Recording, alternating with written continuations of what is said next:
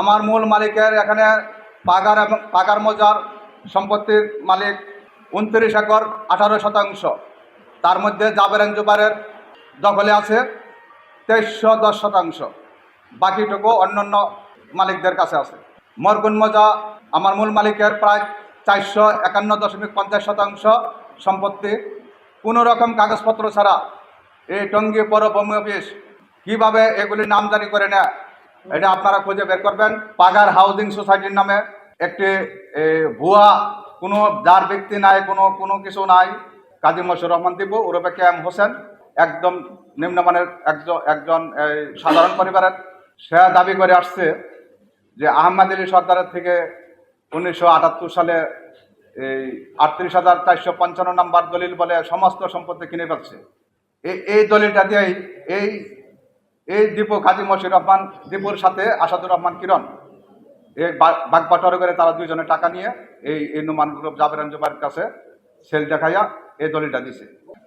তারা যে দলিলটা ব্যবহার করছে, এই দলিলটা আমি আপনাদের সামনে উপস্থাপন করার জন্য নিয়ে আসছি। এই দলিলে আমি তেজগাঁ সাব রেজিস্ট্রি অফিসে ভলিউম খুঁজতে গেছি। ওনারা বলে যে 1978 সালে 38,000 নাম্বারে কোনো দলিল বানান বই এখানে নাই, 18,000 20,000-এর উপরে কোনো নাই।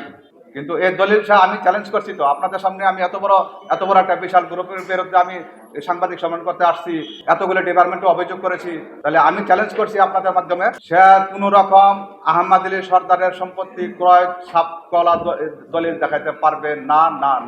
ভূমি অফিসের ব্যাপারে আমি বলি, বর্তমান দিনে আমি যে মামলা করলাম, তখন আমার মামলা এসিল্যান্ড থেকে যখন সিগনেচার করে এখানে তদন্ত পাঠাইছে, এই তদন্তের আমাকে ডাকাইছে 22 তারিখে শুনানি, আপনার কাছে আছে। বর্তমানে যিনি নায়েব আছেন তাহমিনা ইয়াসমিন, উনি আমাকে আশ্বস্ত করেছে, ভাই আগে যা হয়েছে না হয়েছে, আমি কাগজের বাইরে এক কলম লেখার আমার ক্ষমতা নাই, আমি লিখবো না। ওনাকে আমি বলেছি, দেখেন এই জাবের জুবার কিন্তু বিশাল টাকাওয়ালা মালিক, কালো টাকার মালিক, ভূমি দস্যু। যদি আপনি কোনো রকম কোনো বাইস্ট হইয়া ম্যানেজ হইয়া যদি তার পক্ষে রিপোর্ট দেন কোনো রকম দলিল ছাড়া, তাহলে কিন্তু আপনি বিপদে পড়বেন। সে আমাকে আশ্বস্ত করছে, আমি কাগজের বাইরে কোনো কিছু লিখবো না, আমার লেখার ক্ষমতা নেই।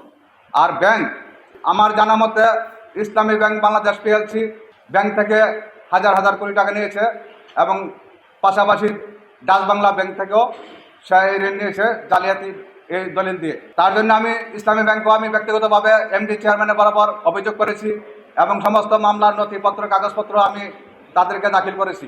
ডাচ বাংলা ব্যাংকও MD চেয়ারম্যানের বরাবর আমি অভিযোগ করেছি পার্সোনালিভাবে, এবং মামলার বিবাদী Dutch Bangla bank MD chairman, Islami ব্যাংকের MD চেয়ারম্যান এবং বাংলাদেশ ব্যাংকের গভর্নরের কাছে আমি ব্যক্তিগতভাবে অভিযোগ করেছি এই জালিয়াতি করে কিভাবে হাজার কোটি টাকা ব্যাংক থেকে ঋণ নেয়।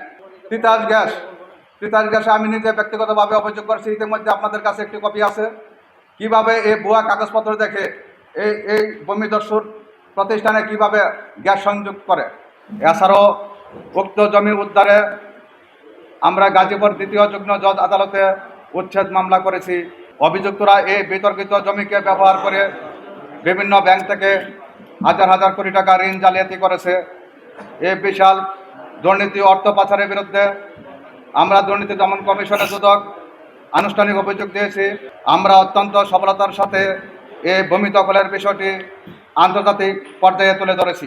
আনন্দের বিষয় হলো বিশ্ববিখ্যাত ব্র্যান্ড H&M, ইন্ডিটেক দ্বারা এবং পুমা আমাদের অভিযোগ গুরুত্বের সাথে গ্রহণ করেছে।